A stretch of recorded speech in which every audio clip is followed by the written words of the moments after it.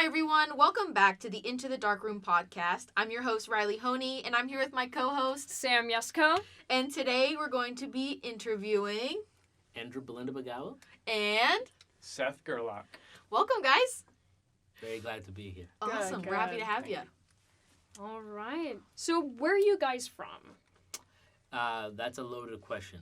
Originally, I'm from Rwanda, Mm-hmm. born and raised, and now I call Lancaster home, like many other people. Yeah. Where are you from, Seth? I'm from Lancaster, so born and raised. Born and raised. So what are some of the tasks that are included in what you guys do? First of all, what do you guys do? What do we do? So we are filmmakers. Mm-hmm. Specifically, I own co-run a production company called Ingoma Films with my wife. Mm-hmm. And Seth, we have the great pleasure of working with Seth. And on a daily basis, we're doing anything from casting, production schedules, writing, proposals. It's a whole gamut, post, whatever. Every day is a little bit different, and honestly, that's part of the exciting thing about the work that we do. Mm-hmm. And I started with Ingoma about a year and a half ago. So I've been learning a lot quickly, and now I do mostly editing, some shooting and production as well. So, Do you guys have like a favorite task that you're required to do on a daily? I suppose if we're required to do it, it's not that much fun, but Or like a favorite task in general. I shouldn't say required. that's fair. So I think of all the different things you do as a filmmaker, my favorite part is interviewing. So this is actually like treasured space in a way. Mm-hmm. I think getting to know somebody, having the privilege of asking any number of questions, usually over like an hour-long period, is really fun. I find myself in all kinds of odd spaces where one time you're talking to a lawyer from Pfizer, or you're talking to somebody who is downtrodden in the suburbs of Philadelphia, and in either scenario you're just getting to know somebody intimately for about an hour, which is amazing. Mm-hmm. I think that's why Sam and I enjoy the podcast so much, like getting to know fellow artists in all the fields and just generalized people, like hearing your stories and how you've developed to get to where you are. It's so fascinating. For sure, yeah. Especially where like people like come from and how they grew up. I find it very fascinating. Like sometimes I grew up the same way as some people and completely different than other people. For sure, yeah. I bet we did not grow up the same way. Oh, Probably not. So I grew up absolutely. And I think the uniqueness of everybody, the insight that you get from some of the strangest places is, it's amazing. Yeah. So, do you have a favorite task or requirement that you do at work? I guess I just really like working as a team, I would say. Mm-hmm. That's probably like one of the most exciting things. Mm-hmm. But, So do you like working within a team as a leader or building that team? I would say more so building the team. So Filmmaking is a very collaborative sport or exercise or art. It's a very collaborative art. We can call it a sport. It is. If you break a feels sweat, that- yeah. If it you feels break a that way. sweat doing it, it's a sport. It Some of those definitely is. C-stands, man. That's right. But any individual person is not usually talented enough to put together a feature film or a big commercial or even a small doc shoot. So bringing the different pieces together, skill sets that Seth has, that I have, that my wife has, to then make something whole is pretty exciting. So how did you find Andrew? Or did you guys find Seth? So I originally actually took a class that Andrew taught at LBC. Mm-hmm. And that was an intro to filmmaking class. So that's where it started, and that's where I first got exposed to filmmaking. the bug. He got bit. Yeah. So I think I teach classes, intro to film, and I have taught classes. And Seth was a standout student, and he reached out. It actually was about a year, maybe past that, and he reached out, and it seemed like a good opportunity. So yeah, it's been great. That's cool. Yeah. To see that, like, I mean, Sam and I are in classes all the time with amazing professors and amazing people. It's cool to see that connection build past like an education standpoint and into careers, and that's what I hope I'm able to achieve with some of my professors. Well, he didn't say I was amazing. Oh, okay. But No, yeah. But it's those like personal connections Yes. that you get with them. Yeah. yeah, no, and the industry, you already know this maybe, but the connections that you make can make and break your career. Mm-hmm. And yes, the sort of like you can collaborate as a work partner, like a work partnership, but also you may be the person you get a location from, and maybe the person that you use in your film as a student filmmaker or whatever. So yeah, connections are great. Cool. Do you have like a favorite film piece that you've made? A film project that I've worked on. The project that is coming up, I feel like I depend on that being the favorite thing. Oh. And I'm very critical of all the work that I just did, and I don't want to pay attention to it that much. I will say that in the film work that I've done with Ingoma Films up until this point, there's some that has felt more mission aligned with the sort of topics I want to talk about. So I would point out like Nzozi, which is about a refugee who resettled to Lancaster, and that's relevant because of my own personal experience. I got to interview them in Kinyarwanda. I speak Kinyarwanda. But we are gearing up for a short film that is shooting in December that I'm very excited about. Again, dealing with some of these ideas. Documentary that I've been working on for a while that is in some level of development. I don't know. I'm not answering your question. That's okay. That's okay. It's amazing to hear about all the things you're working on. Yeah. Mm-hmm. Do you have a favorite project, Seth, that you've been able to help work on or produced on your idea? Yeah. I guess actually a recent project that we're just finishing up is CLCP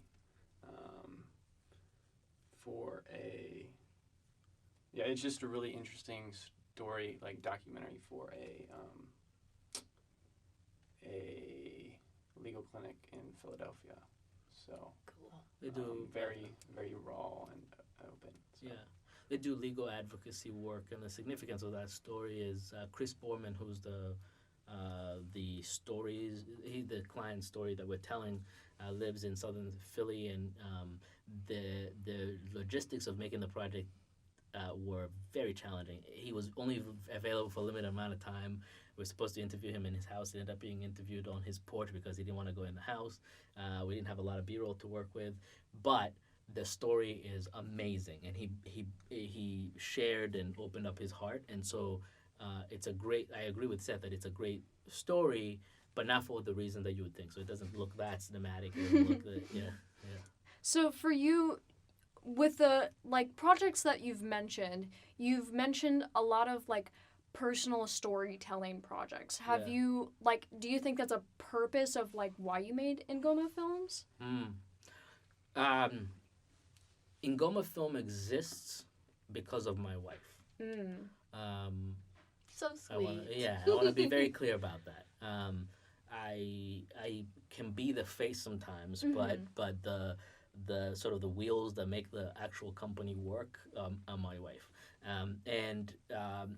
There was a time where I was considering a different business venture with some other partners, and my wife had the bright and sensible idea of just trying something on her own.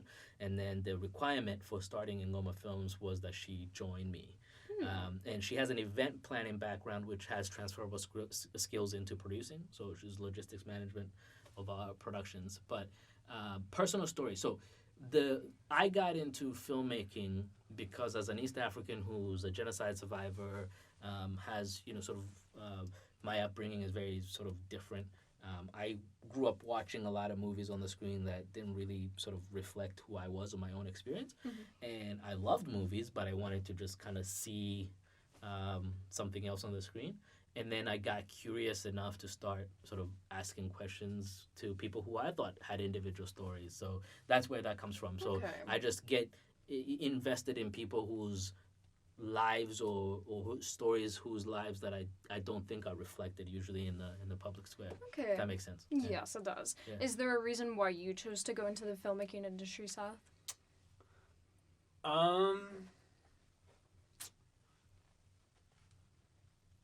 I would say not specifically, maybe. It can just be it's fun if that's Yeah. what your Yeah. answer is.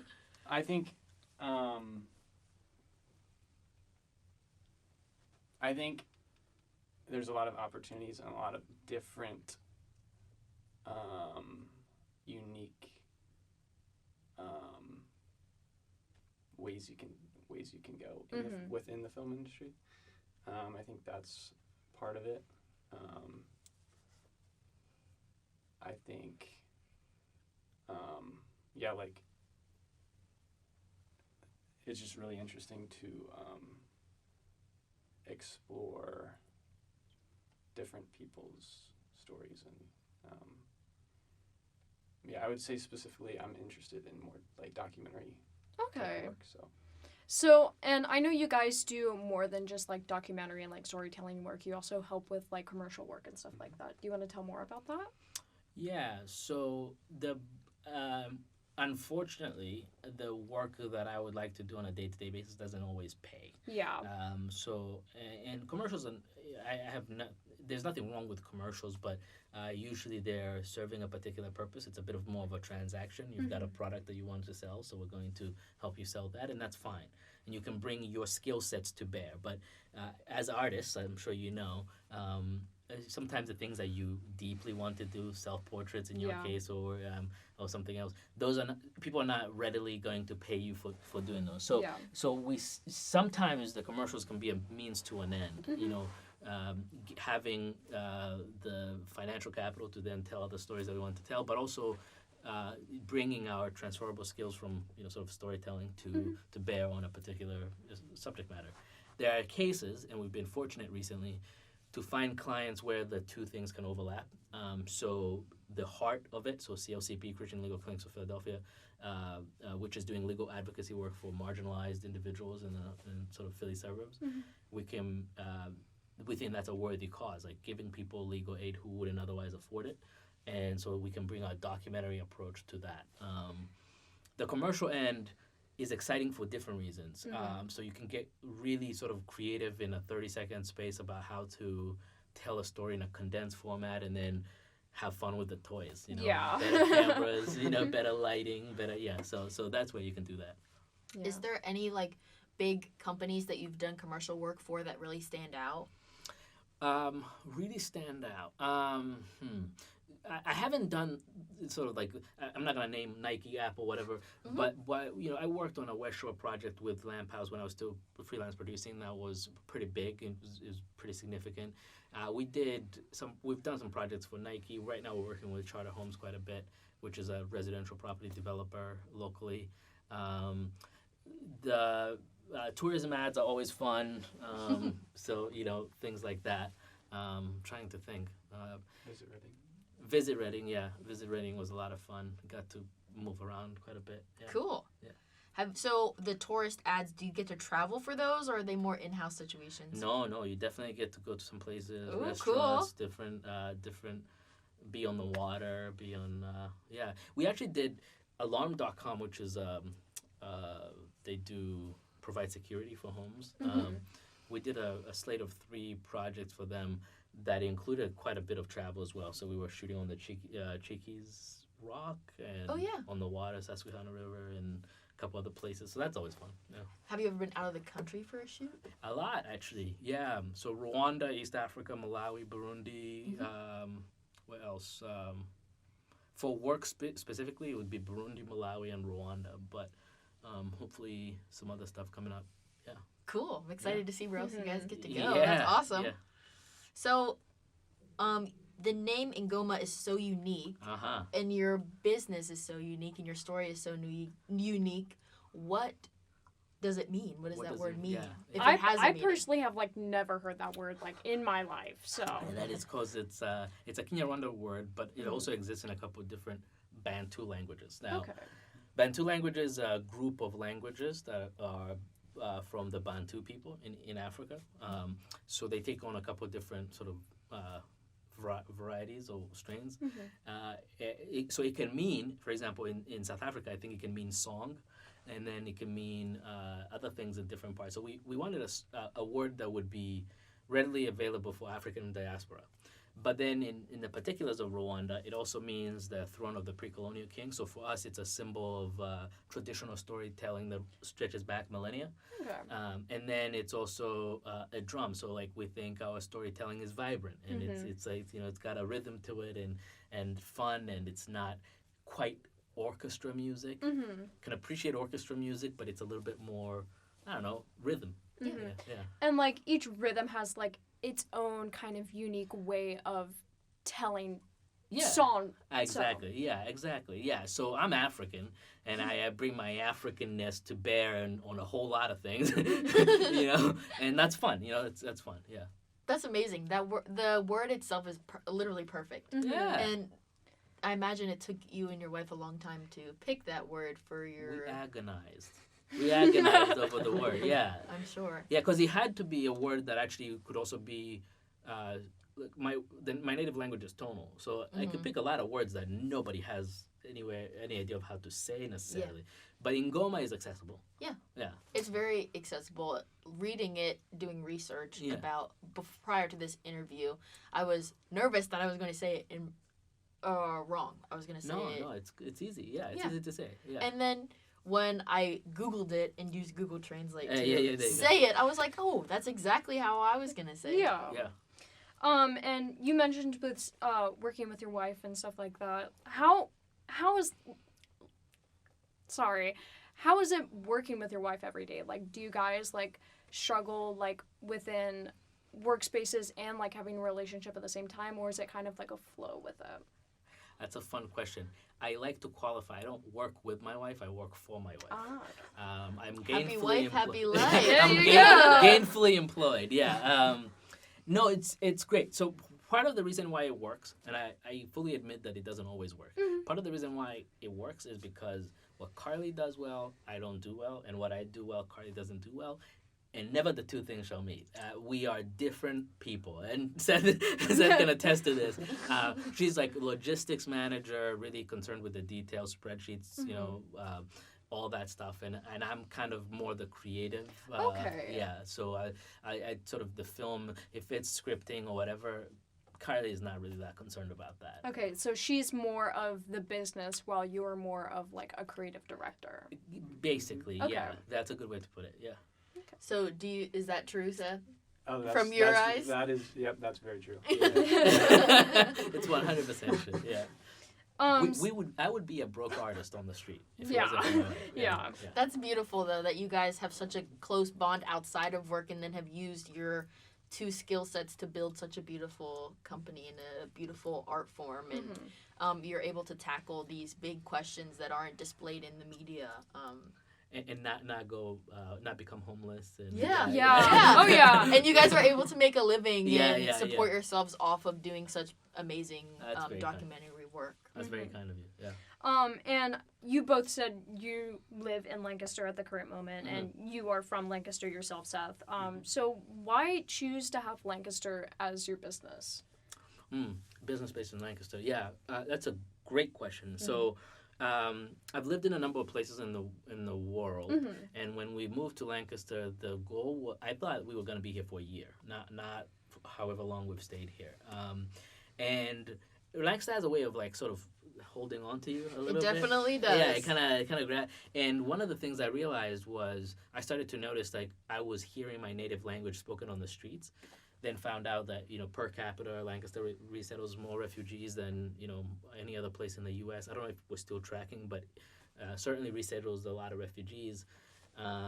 It's a welcoming city, whatever that means, Mm-hmm. but not like, yes, all of the things are true, but not really. Like it's still a very homogeneous place, meaning the culture still feels the same. So at once it's a welcoming city that has a lot of diversity, but also every business is owned by what feels like 5 names. Yeah. You know? Yeah. And so it was like an interesting place to try and make home that we could bring.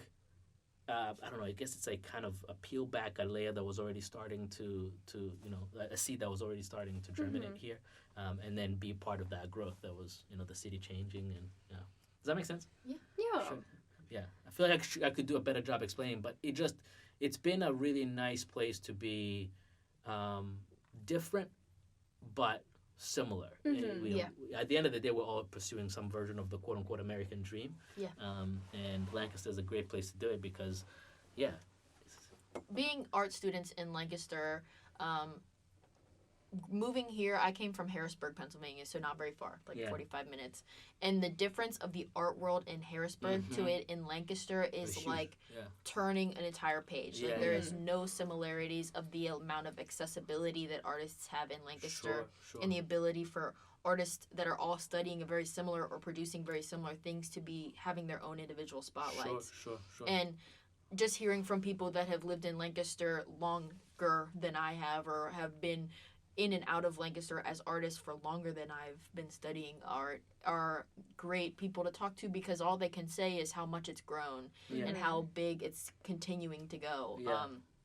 And I can definitely see why Lancaster has held on to you for so long. Being here for just a little over a year now, I'm like sucked in. Like it's like a comfy couch that they sucks you in and you don't want to get up. Yeah, it's a good way to put it. Yeah, it is a welcoming place that feels like it's energized by a diversity in ideas, a diversity in people. It seems to be benefiting from that. Now the question is, can those things grow roots here? And like for me, I come from Hagerstown, Maryland, and I've already talked about this on a previous episode of the podcast, but Hagerstown, Maryland is kind of what Lancaster was trying to do. Hagerstown became an art city, but it kind of failed. The roots didn't grow in. So coming to Lancaster as a student and like going into a career in artwork, it really like showed that there's like things that are specific to Lancaster that not a lot of cities are doing, and that keeps people in Lancaster, especially artists. Yeah. Do you think like investment in the arts or like PCAD or because I would love to know what you I feel like for me, it's kind of it's the culture.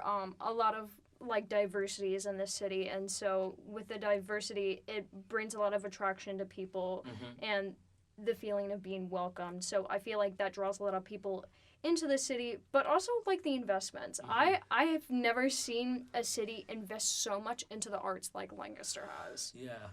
And one hopes that doesn't go away. I mean, I think when there was a time, I would say even in the short time that I've been living in Lancaster, there was a time where like Lancaster was not as vibrant as it feels right now. Yeah. And the food scene is getting more better. The Oh, art yeah. scene is getting better, right? Oh, yeah. And so part of the dynamic that happens though is when you have a city that is downtrodden or it's gone through a depression or whatever, usually what happens is you start getting an art scene that then develops and then the city starts to kind of that's a cool place, like so people start to move there, then it becomes, but then what happens is the artists get gentrified out. Yeah. And so part of the question for Lancaster is, as it grows, can it retain that core of artists and artistry that made it come up in the first place? Yeah. I think there's a lot of places like Red Rose with Ryan that are trying to be able to hold that place in Lancaster for artists. Yeah. And make sure that we still are we have that homey space and Yeah. we are able to keep our roots here and not have I to agree. leave. Yeah. And there's many other businesses that are in Lancaster as well that are working towards that common goal. And as an upcoming artist, it's gratefully appreciated. Being able to have that thought in my mind that if I can find a job here, I can live here, I can stay here without having the fear of it growing so big that I can't stay. Yeah. Can I ask you a question? Of course. What do you mean by upcoming artist? I'm interested by that idea. There's so many artists that are already here and established in Lancaster, and as an art student looking for a place where art is rich to set roots in and grow, I consider myself an upcoming artist, somebody who hasn't settled, who doesn't have that big name for myself yet, that I'm still up and coming and still learning and educating myself until I can really stick my 2 feet on the ground instead of just tiptoeing around. Yeah. So this is not very well thought out, but I would say that you're an artist or not an artist, but not upcoming. I think I have to think about this, make sure, maybe I'm going to listen back to this and decide to disagree. But I think this is a recent change in my thinking.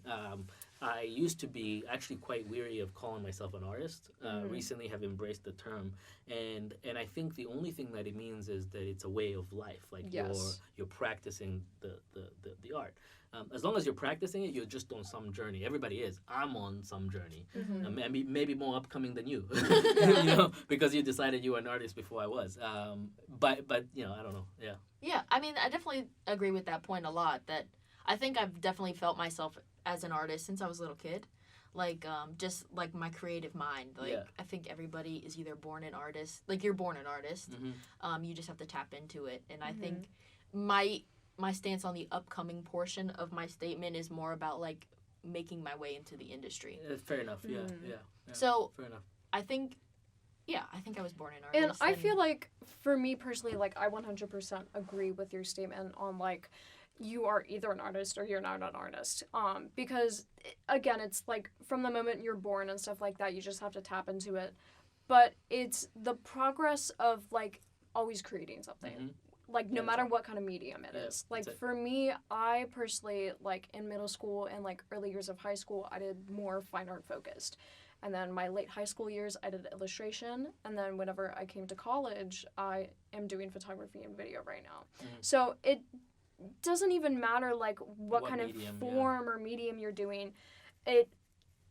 If you're creating, you're an artist. Yeah, exactly. And importantly, there's no shortage of stories of photographers, for example, that did not see any success, right? And then they pass away or something tragic happens, and then all of a sudden their photography explodes, right? And so were they an upcoming artist, or not an artist, an artist? Yeah, I think they definitely were an artist, maybe just not in the industry's eyes yet. Yeah. And that's the thing. It's like an artist, being an artist is a practice. It's not a... Definitely. Yeah. So, Seth, do you consider yourself an artist? If you're recording and working with Andrew and his wife, you have to be an artist. Sorry to put you on the spot. Yeah. So, I think an art, like, calling yourself an artist is a little bit scary. I think. I guess it's really just how you define it, but I don't know if I've fully embraced that the word yet. The word yet. Yeah. You'll get there. You'll get there, definitely. So that leaves me to the question now of what did you study in college? What did I? Yeah. Good question. That's a great question. I actually haven't gone to college aside from that one class I took, and that was actually a jump start, or like a dual enrollment type of thing. Cool. So yeah. I think there's a lot of misconception in the generalized media that artists have to get a degree, and a lot of us are told as we're deciding to come up on an art path in career that we should go and get a degree, even if it's not art related, to have something to fall back on, like in quotes. I know you guys are listening, so you can't see me doing air quotes, but I honestly don't think it's very true, and there's lots of artists who succeed and excel in their career path and in their medium of choice without ever stepping foot into a college, even stepping foot into an institution where they're studying art. A lot of artists just like they have that thought in their head and they just go for it. So that's really cool to hear that you're doing so well and just like putting that out into the world, being like, you don't need it. And like jumping back to like a previous conversation that we had, talking about the Lancaster like art community and stuff like that. You personally are from Lancaster. Have you like developed yourself into the art community like when you were in high school or middle school, or were you just like now jumping into it?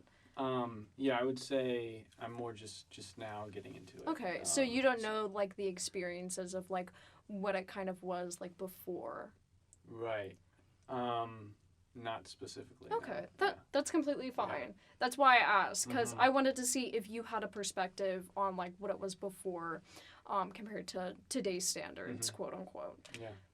But yeah, that's really cool. That's really cool that you've gotten so far, and it just kind of like throws like the finger in the face of people who say that you need a college degree. You need a college degree. It's not everything. Did you think you were ever gonna do this? So, I mean, I really did just get into it like,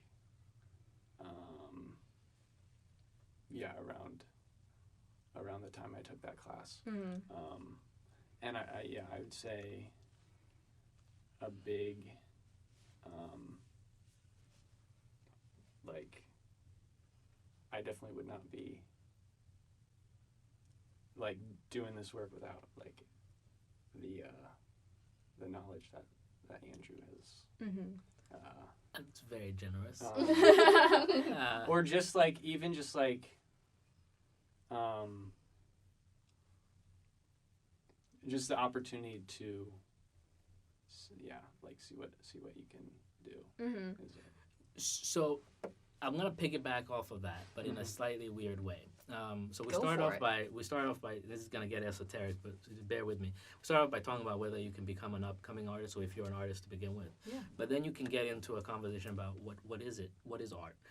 And I've spent hours, talking to somebody about what art is, and we came up with no better idea. There's books written about this, and it's hard to define what art is, except to for me, except to say that it is an expression of human endeavor. With that it actually, again, I'm going to listen back to this. I should be qualified, but what it comes down to is I think most people have an artist trapped somewhere in them, right? Like my wife would say she's not an artist, but she plays the piano. Right? It's very strange to me because I look at the piano and I just see black and white, right? But she plays the piano beautifully and she's somehow not an artist. So the whole thing is a little sort of backwards in my opinion. So I think one of the things that I love about education that I can offer Seth, albeit not in the confines of sort of a college, is that it is a way to peel back the layers so somebody can see something that already existed in them, if that makes sense. Yeah. I definitely think the term artist and like the title artist is such a gray area. Yeah. Like I definitely agree that there's a little bit of an artist in everyone. It's just like if they decide to explore it or not. Yeah, right. And that's why maybe the most significant thing is when you claim that, when you claim that and you take ownership of that, that's when it becomes, true. Yeah, definitely. So, arguably, there's an athlete trapped in most people, but I'll never self-actualize as an athlete. Maybe it's in there. It's in there. It's in there somewhere. Yeah. It's just lower on the scale of hierarchy. Exactly. That's all. Yeah. And it's like different for everybody. Like I used to be a competitive baton twirler. There you and go.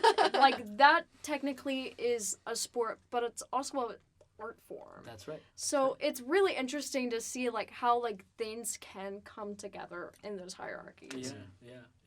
Yeah. It's like who's what does it take to become a quote unquote runner? Yeah. It's the person who runs. Yeah. Right? You don't have to be good at it to be a runner. No. You just run. Yeah, if you run and you make it a habit, then you're a runner. I'm decidedly not a runner. I used to be a runner, not so much these days, but Yeah. but yeah, this. We're learning so much from you, both of you. Yes. Speaking of learning, I know you said you did teaching experiences before, and that's how you kind of got Seth into your hands and your business. But like Under your wing. yes, Oh, but boy. how is it like experienced? Let me reword those. In your experiences, how do you see teaching benefiting you, but also the student? Benefiting me, it's an excuse to continue to engage with conversations, topics, ideas that you think are interesting. So both in film, writing, conversation, I think usually I'm most alive when there's an idea that I think is worthy of exploration, and then we kind of tease it out, right? So it may be like, what is an art? Or an artist, and then we kind of like debate that for a while, and I get super excited, and we can talk about that. School is a obvious concentrated version of that. So my film class that I taught Intro to Film was probably a bit of a weird take on Intro to Film, because I probably tried to persuade you that film is not what you think it is. Yeah. Or took all kinds of weird approaches to it, and a lot of times, if I'm doing my job well, I'm not really. It's not the one thing you're going to take away this piece of information. It's that you're going to fall in love with that craft, or learning about that craft, or something. That would be the goal, because the best professors that I ever had just got me excited about a particular idea. I don't remember exactly what they said about anything, but I just got excited about it. Now I can't stop thinking about it or applying it to different aspects of my life. So I think it's a two-way street. The students are teaching you because they're allowing you to continue to engage. Sometimes they have better ideas than you have. Sometimes they have a really interesting answer. And then you're also continuing to think through certain things, and hopefully in that process. So I may be a little bit older. I may have thought about something for a little bit more time. So at the beginning of the conversation, I may have an advantage. But that goes away quickly, and then you become my teacher right away. Yeah. So I'm learning a lot from Seth. The edits that he's doing now are really interesting, and he's getting dangerously better in some ways. And You trained him well. That's what you. But that's you the trained thing. him No, well. I just gave him an opportunity to practice the Yeah. artist. Yeah. And for me, the reason why I asked that question is, for me and Riley, we both have experiences with being a teacher's assistant. Yes. And we've had kind of some goals on maybe teaching in the future. So I feel like for me and Riley, that really benefited us to like have a different understanding of how teaching really is kind of like a duo thing. It's the student teaching the teacher, but also the teacher teaching the student. Yeah, absolutely. And you cannot. I don't think you can teach well something you don't love. Yes. Yeah, I agree. Yeah. You have to be able to fight for it, and to fight for it, you gotta love it. Yeah. Because there's gonna be.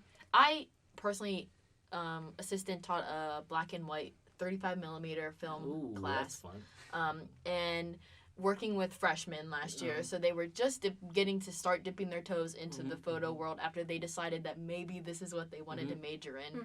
And just seeing them develop from holding this metal thing in their hands and having the sheer like panic and terror on their faces to by the end of the semester like clicking and spinning and pulling out this amazing work and be able to relay what I was taught onto them and see it grow but still learn from them was absolutely insane, and awesome. an experience that I will carry with me forever. And I think all teachers should be able to, I agree, like love what they're teaching or love to teach in general, because without some sort of love in the practice, I don't think the students would actually learn anything. Yeah. I love, so this is like where like the love of movie comes in, but some of my favorite like movies, you have this teacher, mentee, mentor relationship, right? So whether it's in an action movie where you've got the sensei, right? And oftentimes the student is better at the actual thing that is being done. But again, they need some guidance in pulling that out. So how old are you, Seth? 22. We were out celebrating his birthday today. I don't even know. Happy 22. birthday! Yeah, it's not today, It's, but a week or so ago. Well, happy belated. Yeah, happy belated. Yes. Well, when this goes out, it'll be even later. Yes. But 22, he's doing much better at film than I was at 22, right? And so fast forward 11 years, my math is bad. When he's as old as I am now, he'll be so much further ahead, right? In some ways, maybe not others. But that's awesome. Like, that's great. Yeah. Yeah. It's amazing that you have such big hopes for him and hopes and Oh, dreams yeah. for Yes. him. Yeah. It's amazing. Like, Sam and I have professors that are super excited to see where we go. Oh, yeah. And it's so cool for me every time it happens to see, like, the teacher be so excited and passionate about where the student goes and seeing how big and how far they climb. Oh, yeah. It's yeah, awesome. living vicariously through you. Yeah. Yeah. You can be like, I was there when he was starting. Exactly. I was there. Exactly. That's exactly right. You see that little thing right there he Yeah, did? yeah. I taught him how to do that. Yeah. I can go to your art gallery and could be like, I feel like somewhat responsible for Yeah. that, but Yeah. not really. Yeah. You're in the credit line. Yeah. That's it. That's the best hope. Yeah. Perfect. But kind of to like try and like end this off, you guys are filmmakers. What's your favorite film? Whoa. Oi. Oi. Maybe this was a difficult question. Yeah, I don't know if this is a good one. I don't have one specific film. Mhm. I have films that have made an impact on my life at different stages for different reasons. Mhm. The first film that I reference, I don't recommend anybody watch it because it is a gut-wrenching movie. It's called Requiem for a Dream by Darren Aronofsky, and it is heartbreaking. It is awful. It is about a sort of drugs taking somebody down a rabbit trail. But what the film did for me, when I watched it in college and I was like, sort of sitting with my laptop and like sobbing, was I realized, oh, it's powerful. Cinema is powerful, really powerful. Like you can really do some amazing things. Mm-hmm. Again, I don't recommend it because it's almost gratuitous in how bad the movie goes. And then you see movies that just like push the boundaries of like what was possible in terms of like the technical aspects of the craft. So Lord of the Rings, when it came out, and how like they were building those sequences, were like, whoa, like you can make like that book that we just like. I think I had just read it, and then I started seeing the movie, and I was like, I didn't think you could put that on the book, and it seems amazing on the screen. It seems amazing that you can accomplish that. And then I have movies that I absolutely adore and love because of how simply they were done, but how effective they were. So I have a kid who comes stay with us every once in a while called Markel, and he lives in Spain. And he introduced me to Wim Wenders, who is a great filmmaker who makes like these simple movies, but that are really beautiful human stories.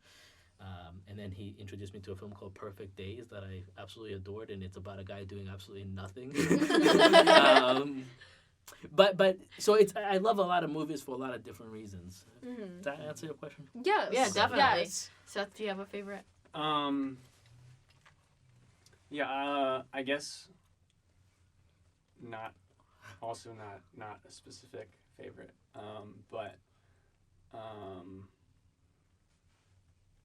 I mean, I recently watched Fly Me to the Moon. Have you seen that?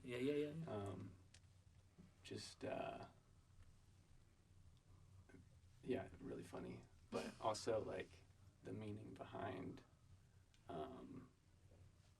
like the way the characters were portrayed. And then a favorite documentary is called Free Burma Rangers. Yeah, Free Burma Rangers. That's like probably the all-time favorite documentary. Yeah. So. And it's beautiful because of not just the story that it's telling, but what the social movement that was built around it. So I think the film has been really impactful outside, because I think when I saw it, there were actually people there who either made the film, like talking about it and then raising funds for the cause, if I remember correctly. But it's a great film. Yeah. Riley, what's your favorite film? I don't know if I will agree with this statement later, but I think the first, what comes to my mind is Fight Club. Fight Oh Club. yeah. I That's a love good that one. movie, That's a good one. film. Yeah. I love it a lot. I was able to screen it when I was younger, but then after like studying film production a little bit in college, I was able to watch it again as a requirement for a class. And watching it back again, it's so insane that like your brain doesn't figure out that it's the same person until like the last 20 minutes. And like watching it back and back and back, I'm like, but there has to be a tell. There has to be like you just spoiled it for somebody. Sorry. there has to be something where they slip up, where they make a mistake that like you can pinpoint where like in the storyline sooner than when you're supposed to. And I've watched it probably 10 times again since having to watch it last school year, and I can't find it. Nothing. Have you seen Memento?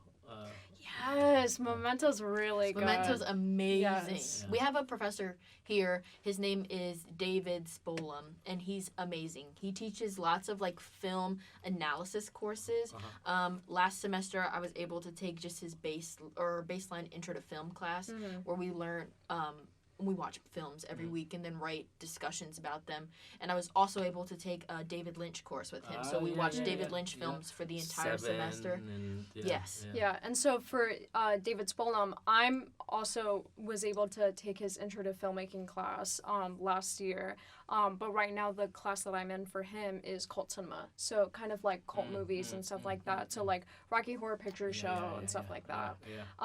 But for me, one of my favorite films, I can never choose like a favorite, like one doesn't pop up in my head. It's usually like the most recent film that I put in my Letterboxd.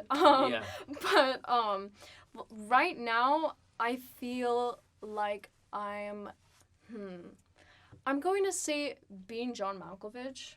That's a good movie. I really loved that movie. We watched it in our cult cinema class, and I really enjoyed it.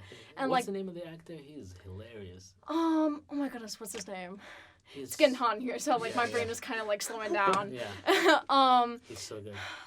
But yes, the psychological like aspects of that movie. I'm a big fan of psychological movies, so whenever our professor David Spolam was talking about it, I was like, oh, I'm gonna really like this film. If you like psychological movies, watch Korean movies like Mother or I'm trying to think of some anyway, The Man from Nowhere, although that's a little bit more action.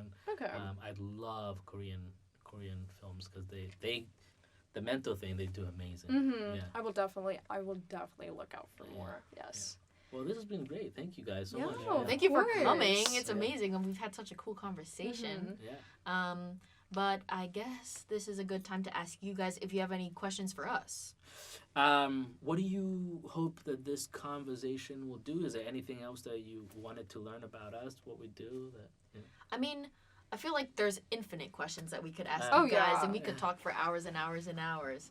But I think for our outside listeners, you were able to provide them with such a good foundation of what you do and how you've gotten here and the path that you've taken and the path that you're planning to go. And I think what we've talked about is fantastic. And I know you're both artists. Yes. Right? Not upcoming. You're both artists. What area or what thing do you want what do you want to do with your art? What do you hope it does in the universe, world? Me personally, my big career goal at least is to get into concert photography. I love live music, the energy that's surrounded around the live music. I want to be able to capture that and portray that for people that weren't able to be physically there. Sure. I'm a big concert goer. Every time I have some extra money in my paycheck, I'm trying to go see a show. That's fun. But I really just want to be able to document. I think that's where my root is. I just want to take pictures, document things, be able to share those with the world. And so if I don't end up in concert photography, I know I will end up in a documentary field of some sort. Just being able to capture and share.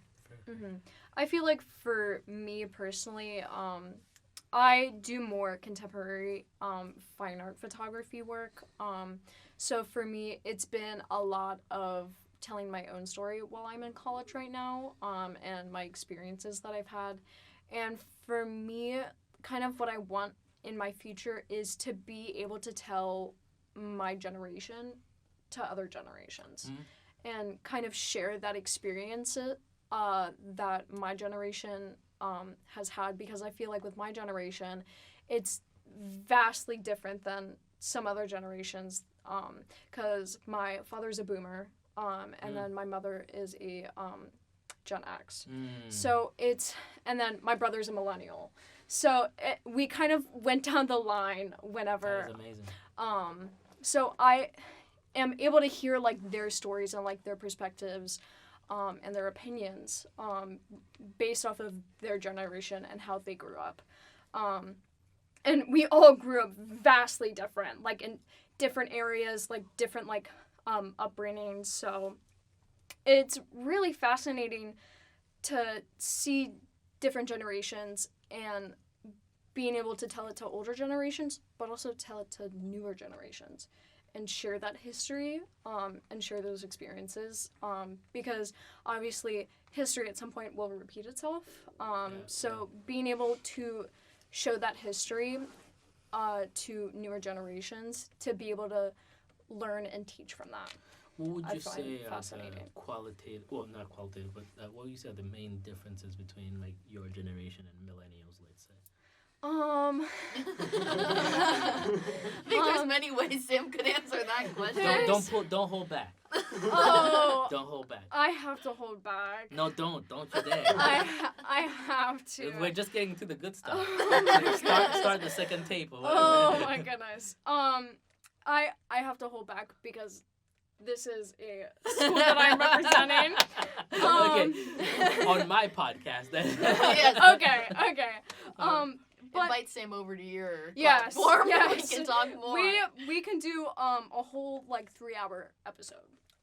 Fascinating. So, Can't wait. Yes. Can't wait. All right. To sum it up, though, I think the way that millennials and then Gen Z humans like process stimuli is just so different based on the level of interactivity that we've had. Like a lot of Gen Z, like we were growing up just as like the internet was moving from like stationary to mobile. Like we were able to carry the internet around with us. And I think that aspect has made our processing in our minds and our brains and like how we function and how we respond to things so much vastly different. And sometimes that disconnect can create like tension. Yes. And sometimes people of both sides are unwilling to compromise or even listen to the other side's thoughts. That's fair. So then That's fair. I think that is something that Sam explores a lot in her art, just like that tension, that traction, what the differences are. Some of my works can be really disturbing to people. I'm excited to see it. Yes. I go really intensely with my work, especially because it's just how my head works. Yeah. I have experienced a lot of intense things to me, but also like people around me that are my age. Like people will go in deep detail whenever they're talking to me. And so with that deep detail, it goes into like a fascination of like when they're telling me this, like, why is this like almost like scary to me? And I kind of want to present that in my work. I feel like I should see some of your work and then we could talk about it. Yes. Yeah. That's exciting. Very cool. Well, thank you guys for Thank you. Joe, so just for all of our listeners, we're going to wrap up for this podcast episode. We want to thank Andrew and Seth for coming to chat with us and give us a little bit of their insight and tell us a little bit about themselves. So we'll hear you guys next time on the next episode. This is Riley Honey signing out. And Sam Yesko signing off. Bye! Bye!